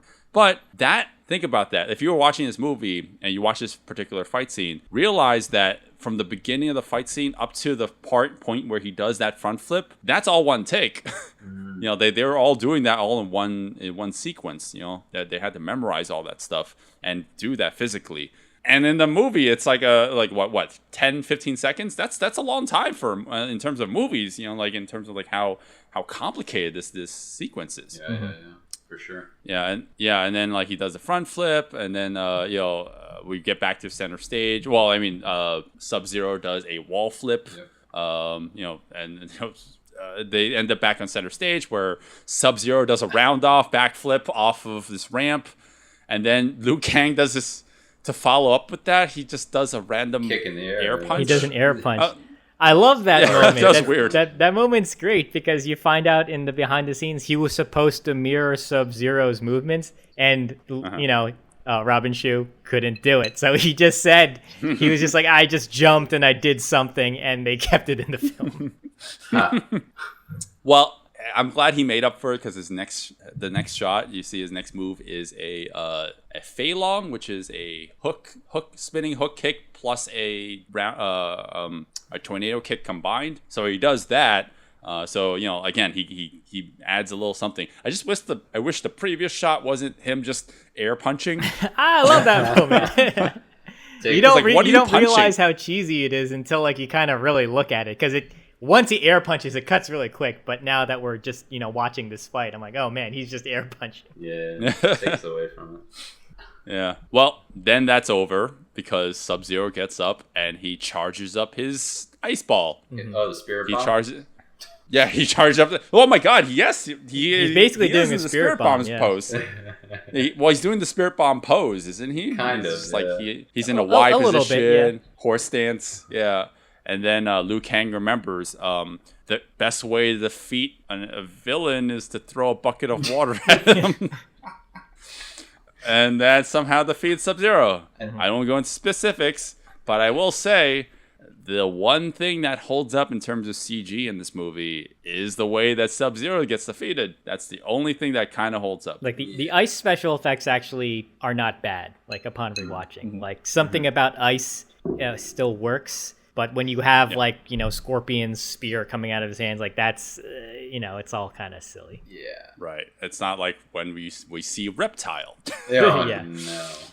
But to clarify with the ice thing, that also kind of annoyed me. Aside from the CGI, Liu Kang actually doing his freaking I'm ready to throw it, but I'm gonna rotate it 3 more times before I do, and then he finally chucks it. It's like, dude, did you have to fill in 5 extra seconds of movie time? What was the purpose here? Did you have to meet a quota that I don't know about? Come on. Well, so what were you about to say? So one thing I just want to point out in this fight is there's not an error. There is just something I don't like about one part of the choreography. So when the fight starts, they're in the center. They fight left to the side of the stage, and then they go back to the center. And Sub-Zero does a backflip, but it's also a double kick on Liu Kang's chin, and it causes him to kind of lean back, and we see that top-down shot of him in pain. And Sub-Zero lands on his upper back, and then he kips up. And so this annoyed the hell out of me because he kips up, and he kips up so close to Liu Kang, and you can see Liu Kang is kind of charging in for a punch, but then when they edit, he comes up, and Liu Kang is just standing there, and this Sub-Zero goes right in for the move, and it's that. I know I'm being a little nitpicky with it, but no, that's fine. Yeah. It's Liu Kang should have basically socked him in the face once he kipped up. Right. True. That's a good point. I didn't even think about that. All I was focusing on was how obviously tired Liu Kang was, or how tired Robin's show was throughout the whole thing. Fuck it, let's just keep going.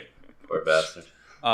Yeah. Well, I don't know, what else is there to specifically highlight in this? I mean, it's a good fight that was scene. just the one thing I noticed. It was it kind of it breaks me out of that the immersion of of this fake fight. Right. Well, okay. So when Sub-Zero is finally defeated by a giant shake weight that's impaled through him, so we end. I don't know why I made that reference. That's a terrible joke.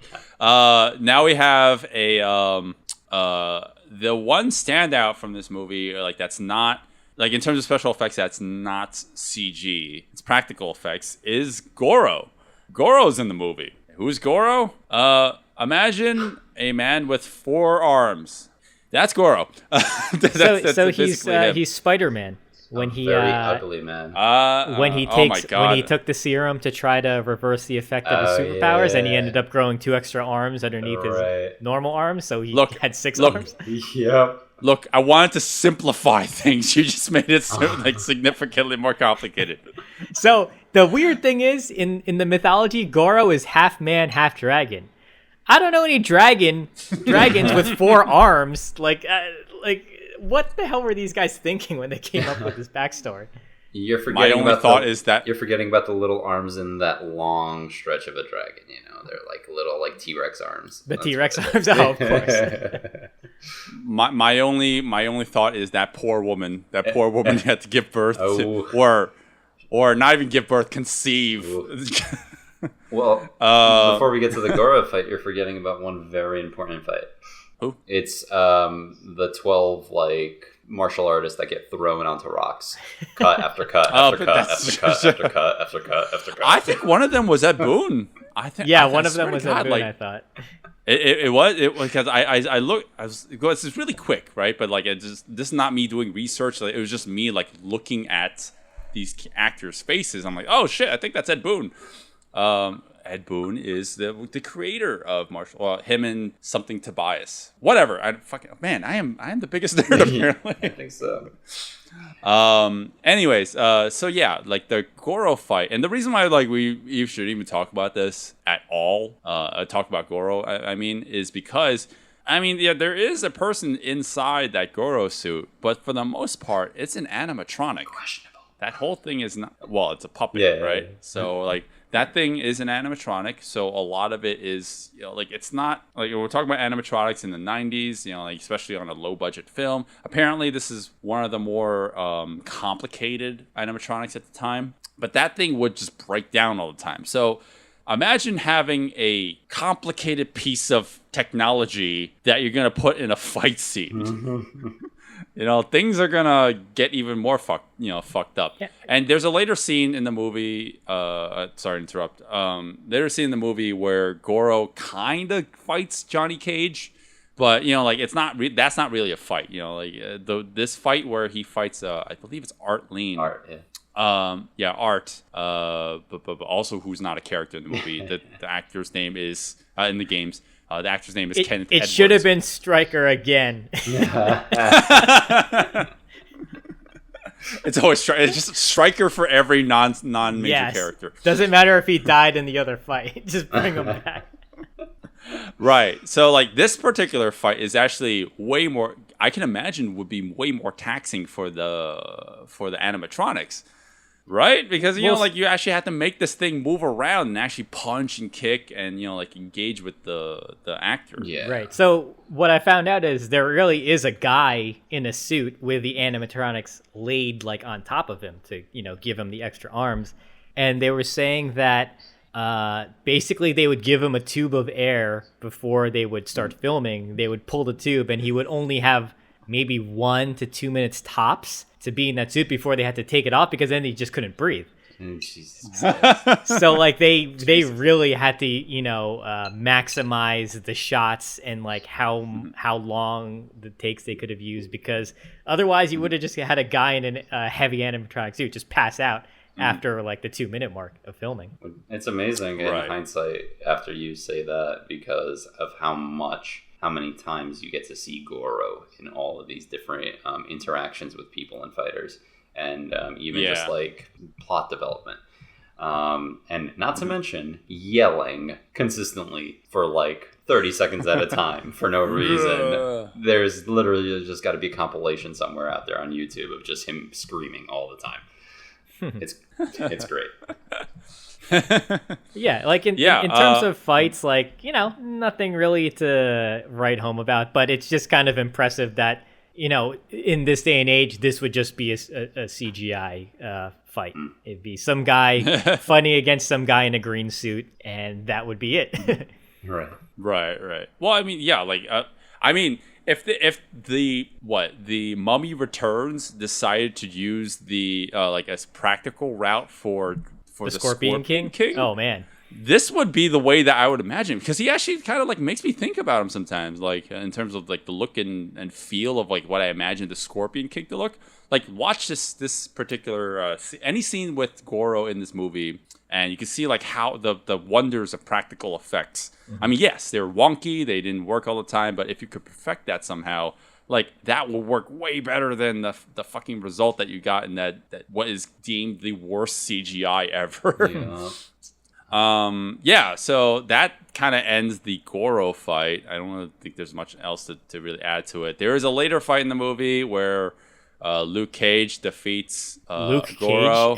No, oh god, I knew I was gonna make that flip once. Yeah, so the Marvel Universe gets involved in this somehow. Johnny Cage gets involved in this somehow. He fights Goro in a non-fight. Yeah, that's exactly what it is. It's a non-fight. He literally punches him in the nuts and then pushes him off a cliff. It's Mortal Kombat 4 all over again. Yeah. I know people love that joke. Like, those are $500 glasses. I don't care. I love that. I love that. That's great. No. I like in terms of, because like I'm in it for the fighting. That is like it. Like, Johnny Cage wins by being a coward. I don't like that.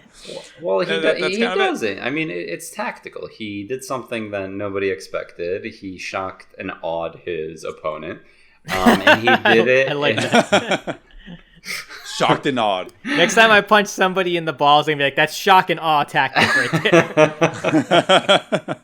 It's totally with the rules. Totally. But he did. I mean, But he did it so well. He did a split, which I think made that little scene just because it was like he put effort into it. It wasn't just like punch, all right, peace out. Like, nah, he's like, you know, well, that's shot. the move from the video game. He goes into the split and punches him in the balls. Right. And well, this is all going to come full circle because that move is from the video games. That move in the video games is from Bloodsport. And who was supposed to play Johnny Cage in the movie? Jean-Claude Van Damme. But he turned down the role because he was like, I am too busy turning down other roles like the villain from Predator. So, like I am too good for this movie. Yeah, but like it's kind of funny because watching that, like when he does the split and he does the punch, I'm like, oh, that's clearly a Bloodsports reference. Okay, but then he just defeats him in a and then he defeats him in a super anticlimactic way, and then we get the reptile fight. Hooray!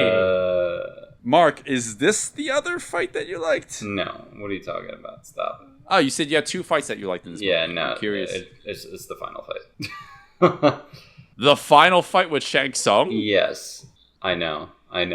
Oh, okay, then you guessed wrong. Yeah, because the other added fight in the movie was Liu Kang versus Reptile.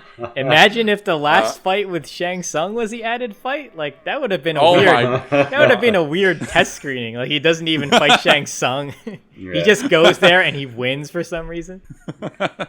Look, this tournament already has like really stupid rules, so I wouldn't be surprised the test screening would be like that. Well, okay, so originally, I'm wondering what the test one was going to be like, right? So, actually, no, it's not hard to imagine it, right? So, Liu Kang just notices something really weird, and he walks up to a wall, and then Robin Shope, who plays Liu Kang, just grabs the air, and then they just have to CGI in the reptile character while he's acting like he's actually holding something. Right. And then Robin Shope just chucks the CGI nothing at this carcass, at the floor, at this carcass, and I guess that's where the test run would have ended. Was like this thing got hurled so hard it died on impact. Right. Really? So in my mind, that this whole sequence probably didn't happen. They probably just went straight to see Kitana. Yeah, because it's reptiles in the movie previously, like in a little bit. Yeah, that's true. Yeah. So you're saying like this would have been his end. He threw him down, and then that would have been it. It's a loose. That's my imagination. Okay. Yeah. Okay. I see what you mean. Yeah. All right. But right, because why would they introduce the character and then not have a resolution for that clear villain who's obviously going to die? To be fair, so in my mind, that makes sense. To be fair, all those scenes though are so minimal and irrelevant, where it would not take a lot of time to shoot to make and sprinkle it throughout the movie to make the final reptile fight scene. Right. Well, they wouldn't be able to get Tagawa back together for that scene again to be like, hey, you're in this once. We need to make you come back for this set just to introduce this one character. They probably, for cost-effective purposes, they would have been like, Robin Shope, come back. Deleted also, scenes. Ray Park, who plays Reptile, come back. Rather than 3 actors come back on set, only get 2. It's cost effective.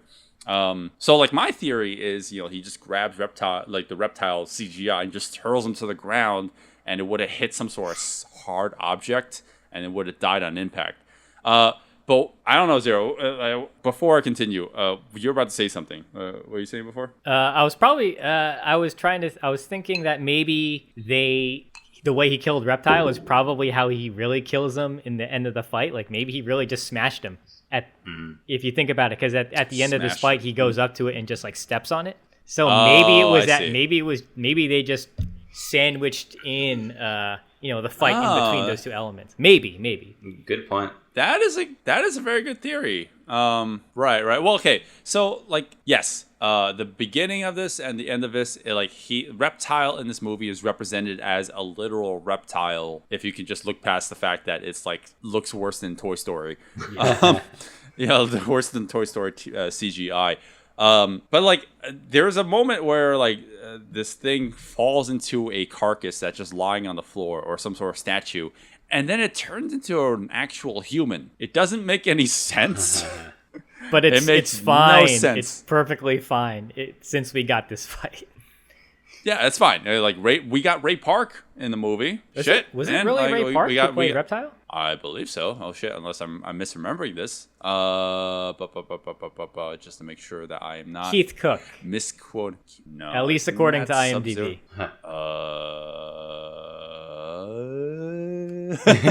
Am I? I have the page open too.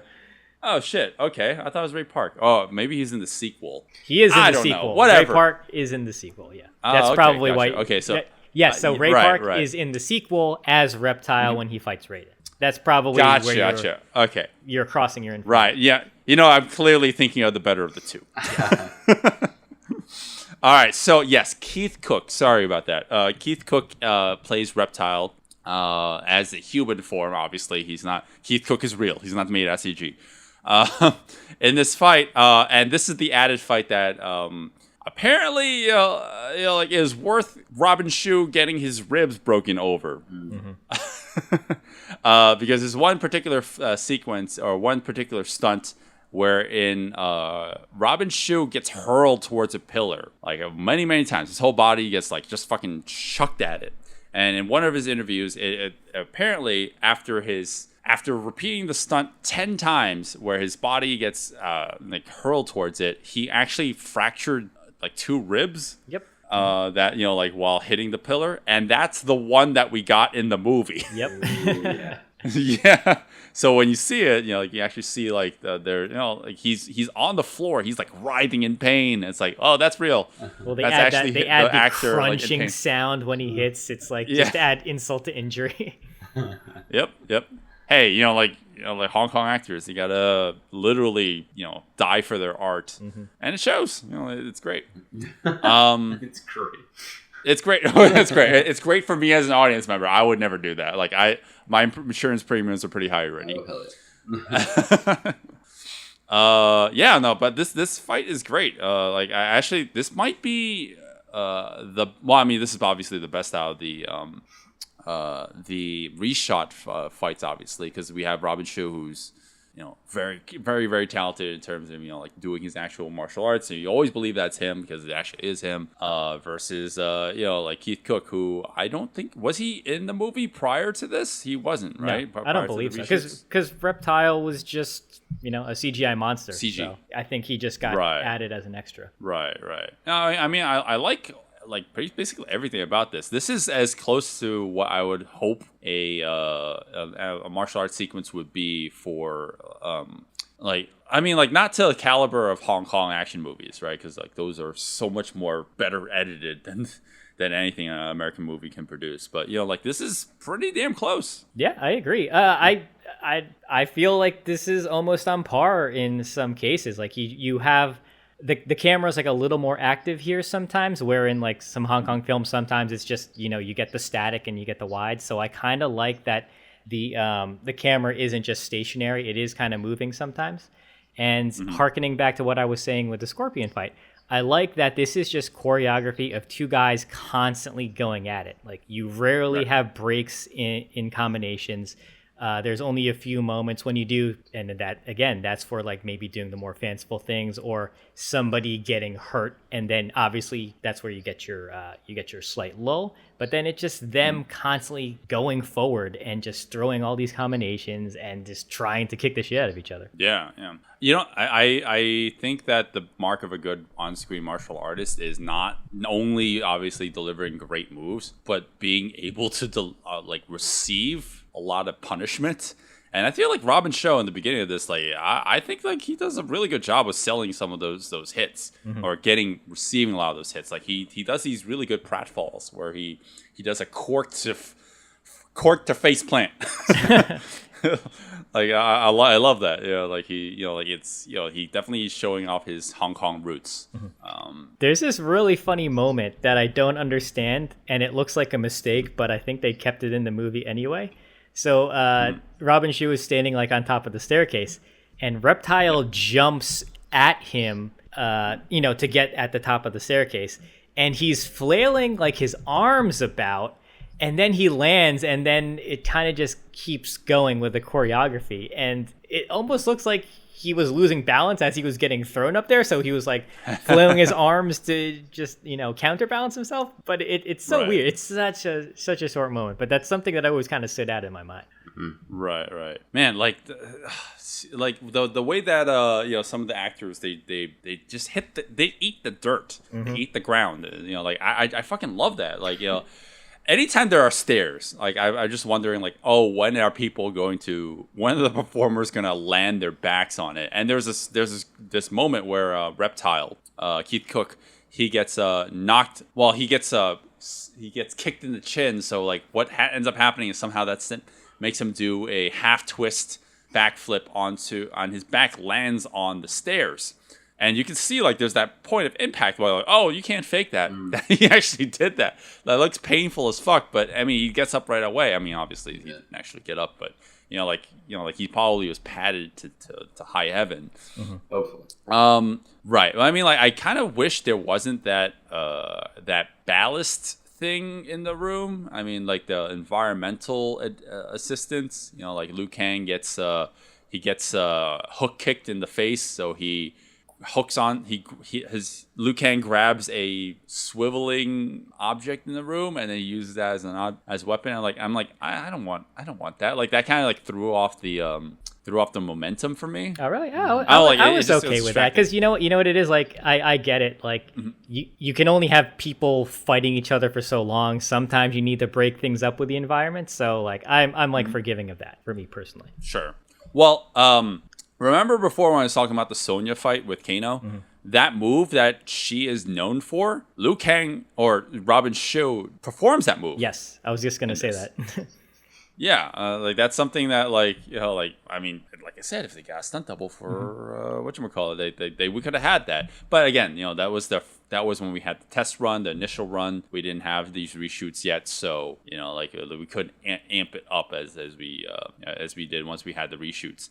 But if we had that the first time around, we could have had maybe a stunt double sub in for Sonya, and then she could have done that move. It would probably have been more fitting. Yeah, but Keith Cook, maybe if it's him or maybe if he had a stunt double, hard to tell. But he gets tossed up in the air, does a full flip, and then face plants. And that's in a wide. There's that person is taking that hit. Oh, it's rough. Right. I'm not a fan of the way this ends.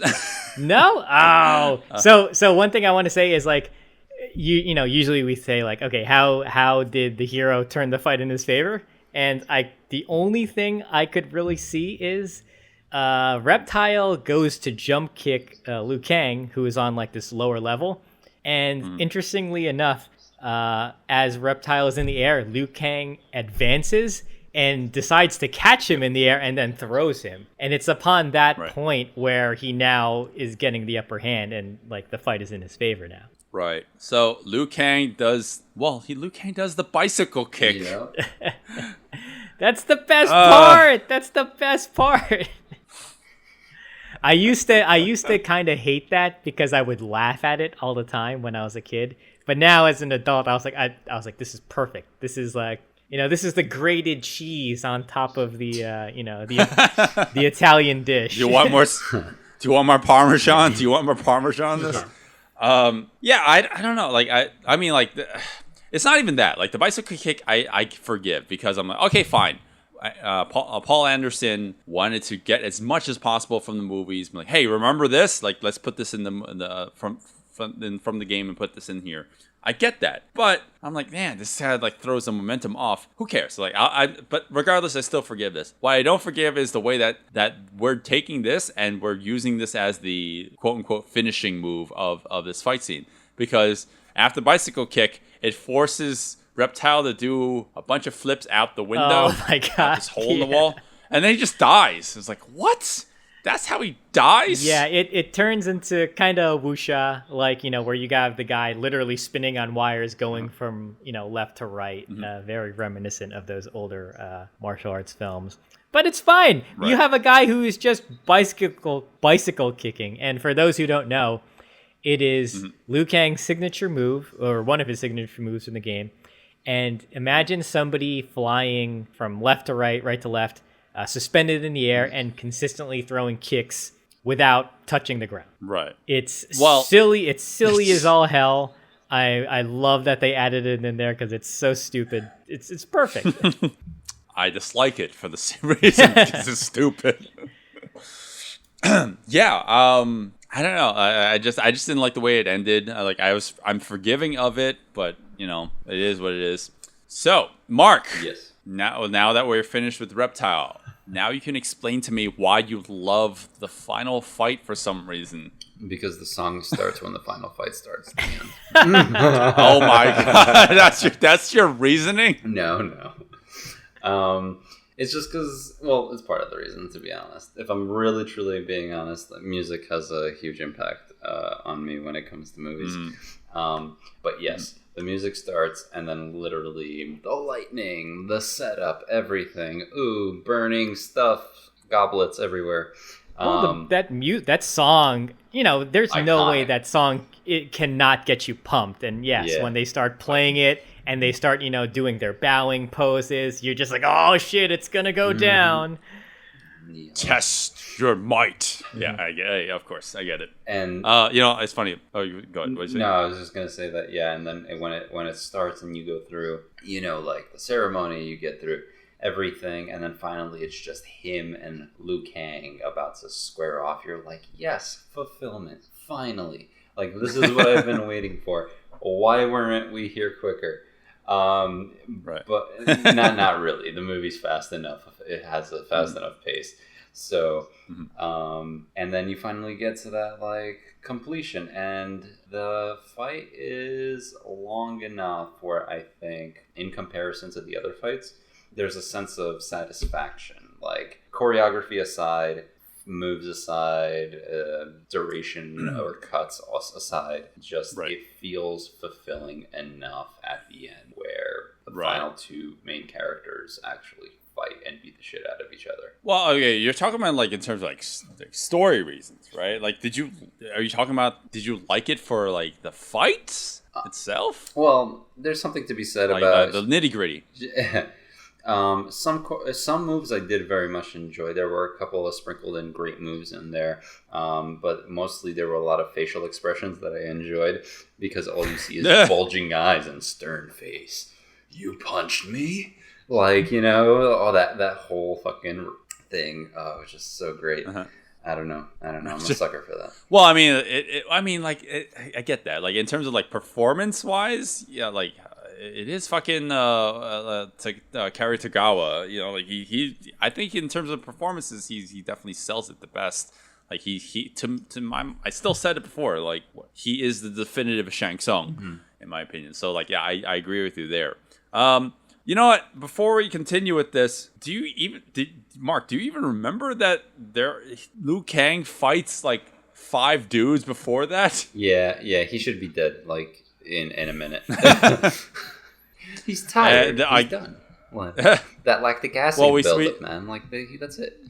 Whoa. We don't talk about lactic acid buildup in action movies. Otherwise, no character would be able to perform after one fight scene. Too real. Oh my god, yeah. Oh god, I got a bruise. Oh, I can't continue. I sprained my ankle. Oh, this sucks. No, I mean going off what we said earlier before, if Liu Kang's gonna be fighting a whole bunch of random henchmen, which literally this is what it is, random henchmen pop up out of the ground. I am not exaggerating. They pop up out of the ground. These could have been Baracas or whatever that race of characters are. The Baracas, a whole bunch of Baracas. Striker! There could have been 5 strikers. I'm going to keep bringing this guy back up. I hate this guy. Okay, so 5 Yamchas come out of the ground. Oh my god. One of the actors is someone that I actually know. Well, not personally, obviously. But in terms of movie, movie actors, it's Gerald Okamura. If you guys have seen if you guys have not seen Samurai Cop, Oh god. Right. go and watch Stop this review right now and go watch Samurai Cop. That fucking movie's like my favorite ever. But anyways, Jiro Nakamura's in the movie. It's fucking great. He's one of the random Yamchas or strikers that come out of the ground. And you know, like, I don't really see the purpose of this. Like, I really wish it just cuts straight to the Shang Tsung fight, because it kind of slows the movie down a little bit. You're thinking of it wrong. So first, Liu Kang does fight Shang Tsung. The fight finishes early, and then he summons the other fighters. But you know, I don't want the fighters.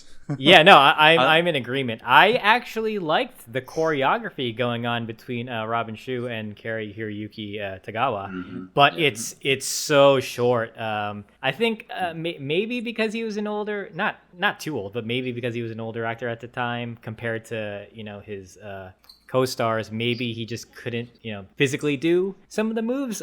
I don't know. Although, if you look at his body, like physically, because you can see his musculature, he does look like he's in shape.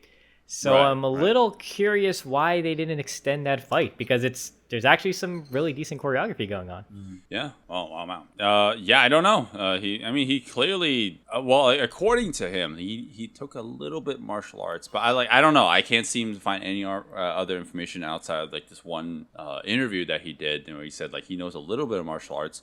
And like I thought that in terms of like what he showed off in the movie, in terms of his fight scenes, like it was impressive enough. Like he doesn't throw any kicks. It's all a bunch of like forearm strikes, spinning elbows. Yeah, spinning elbows, forearm strikes. Like not even really any punches. Like he's just really just blocking like a couple knees here and there.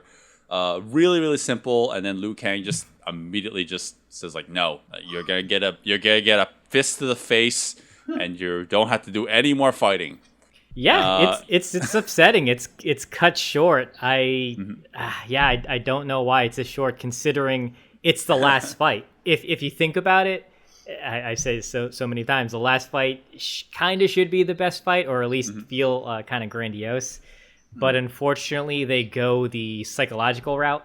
Yeah, and he has to face your enemy, face yourself, face your demons, all that kind of stuff. So that's kind of where the rest of the movie goes at this point. Right. Well, I like the cinematography that they used for his fight. I like that they, it's somewhere in between a close-up and a mid, somewhere in close. But like also like it's almost like a semi-orbital camera. It's like around. Yeah, it's circling around them as they are both throwing circular, movements. It's great. There's a lot of symmetry to it. It's just very short. Yeah, that's the unfortunate thing. Unless you want to count once all the Yamchas, all the strikers are dead. I don't want to count that because it's so lame. How the hell is he defeating these guys with like broadswords or samurai swords or like double-edged weapons? No. They're right. Years old. Come on. Oh yeah, exactly. So like once Liu Kang gets up there and he confronts Shang Tsung, it's basically, I don't even count. Like, do you even count this as a fight? It's not really. Like, they don't really. No, I feel like this last bit of choreography that I'm kind of dwelling on is pretty much it. Yeah. I mean, like all they really do, like they do a couple small things here. Like there's no extended choreography. It's just Luke. It's more like for dramatic purposes, right? So yes, it's like. Yes. Shang Tsung is basically putting Liu Kang in his place. Liu Kang overcomes it, and then we get a stage fatality. Yeah, and that's the movie. That is. No, that is not the movie. Then we get the setup. The children. Wait, the running children, because they're happy. Oh yeah. Got saved.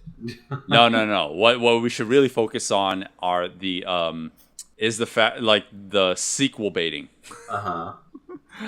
Because all the characters, they stare at the sky as it's thundering, and you see a really bad CGI Shao Kahn being, I'm going to invade Earthrealm, and then Christopher Lambert's like, not on my watch, or whatever the fuck he says. I don't think so, or I'm gonna we get got you, sucker. Yeah, like send all the strikers you want. And then they all go into their fighting pose, and then the credits roll, and that's Mortal Kombat. Mm-hmm. And and then Mortal Kombat Annihilation happens, and then all the actors are replaced. Even the director is replaced. All but two actors are replaced, to be fair. All but two actors, Katana and Liu Kang. A Katana and a very reluctant Liu Kang. So yeah, well, I don't know if we want to ever talk about Mortal Kombat Annihilation. Zero and I watched that. Oh, I love that also movie. Recently. Okay.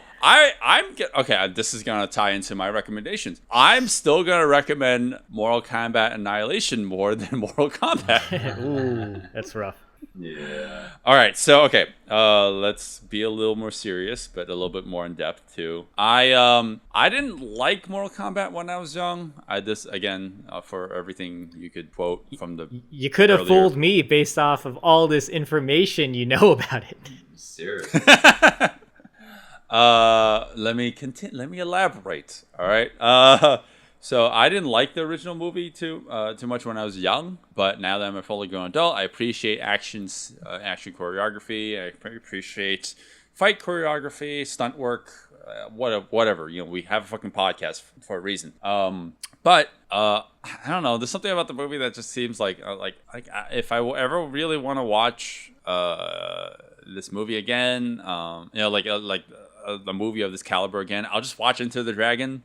Like, I appreciate Enter the Dragon a lot more. That's just because we don't have all this clear-cut references to the game that unless you are a fan of the games, you will be able to appreciate. I'll just watch Enter the Dragon to fulfill the same purposes without feeling like I need not backstory, but a frame of reference. There you go, frame of reference.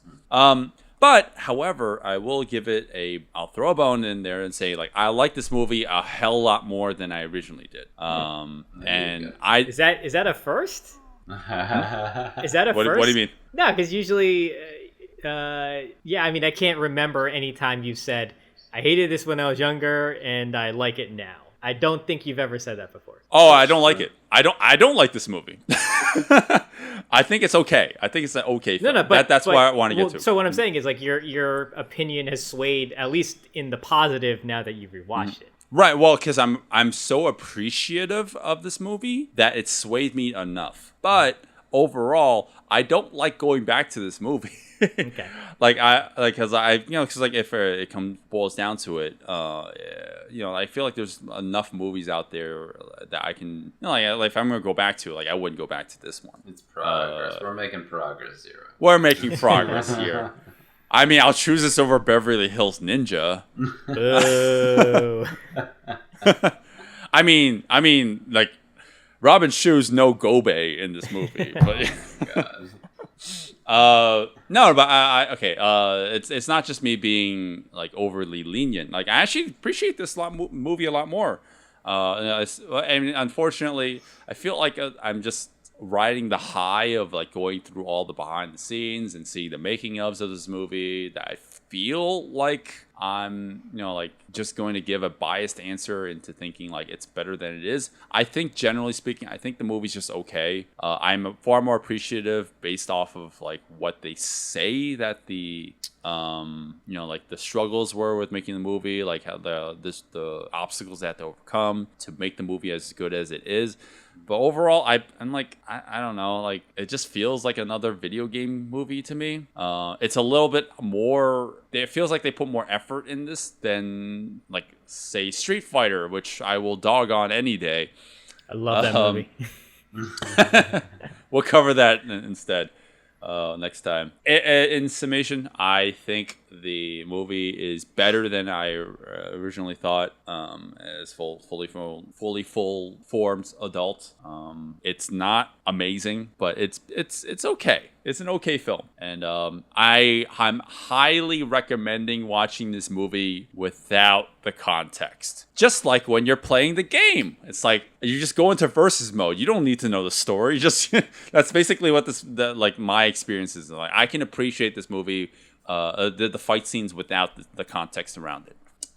Yeah, I don't know. I think that sums up everything. Mark, what is your thoughts on this? Oh boy, I'll have fun. Greatest movie ever made.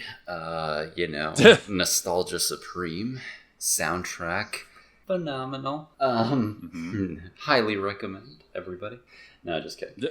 Actually, no. I can't tell if you're being facetious. I'm not even really kidding, to be honest. The nostalgia definitely kicks the movie into overdrive, and it becomes just something else, and you just want to enjoy it. You love it regardless of the campiness of the the cuts, the approach, the choreography, the actual fighting ability of any actor that is involved in this film. In the end, I mean, I think as a standalone, no nostalgia, no reference to the game or any knowledge of the game, it stands alone as like a mediocre, okay movie. in some regards, like it's not a so bad it's good, but it's like, okay, we had a fun time here. I can go home happy. But then when you it's like you're bored kind of movie. God. Yeah.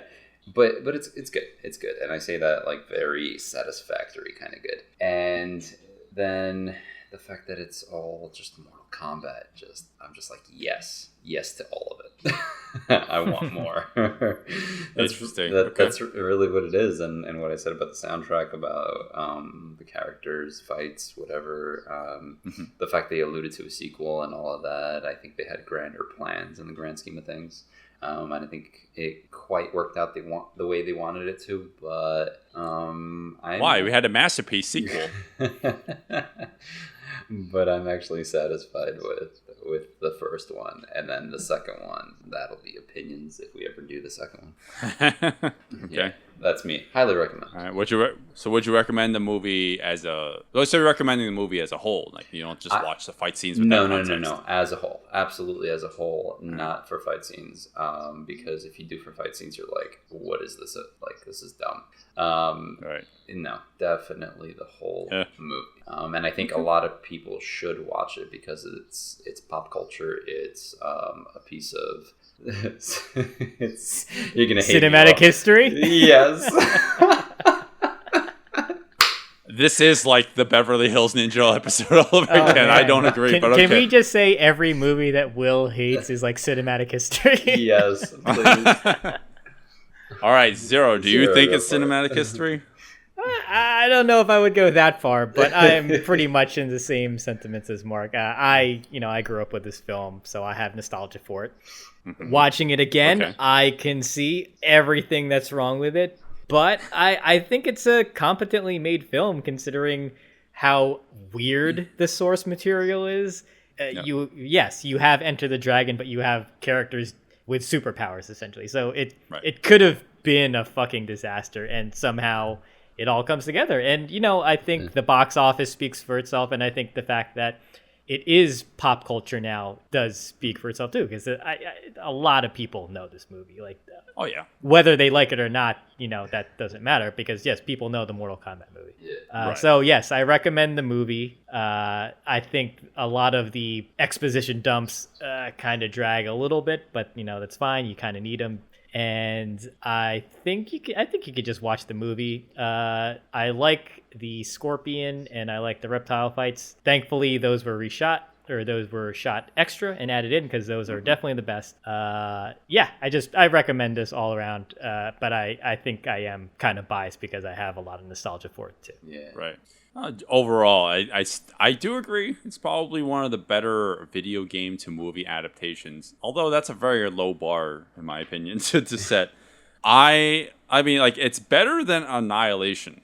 I mean, but that's like an objective truth. It's a much better movie than Annihilation. But going back to what I was saying earlier, I will recommend Mortal Kombat Annihilation over this movie any day, because that one, like, that amps up the cheese, it amps up the craziness. Annihilation it's is so like, entertaining. You gotta watch Annihilation with like a bunch of friends because you just laugh at it. That's where the good times come from. I remember watching Annihilation by myself and just being so confused by what I was, what I just witnessed. Yeah, like you see, like, this is what Annihilation is what happens when you take like fanboyism, like video game fanboyism, and just take it too far. Because like that's what Paul W.S. Anderson wanted to make sure that didn't happen with the original movie, was making sure that like it's a movie first and then video game tribute or homage, I guess, second, right? Whereas Annihilation is just like, let's just take everything from the fucking video games and just throw it in here. Yeah.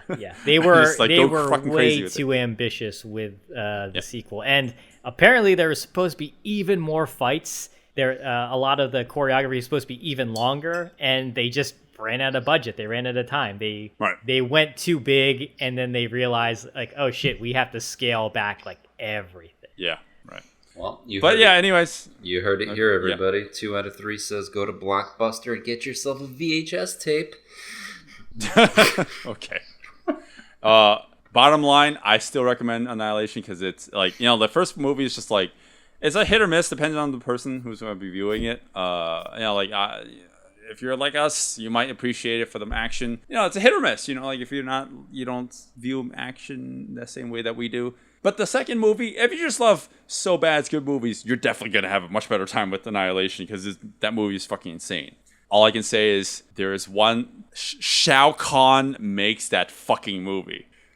It's so good. Oh, God, the actor playing... I don't even know his name. Brian Simpson? Is Brian not Thompson? a good actor. I'm so sorry I said that. But just his delivery on every line you're not to is really say bad. No, his acting is glorious.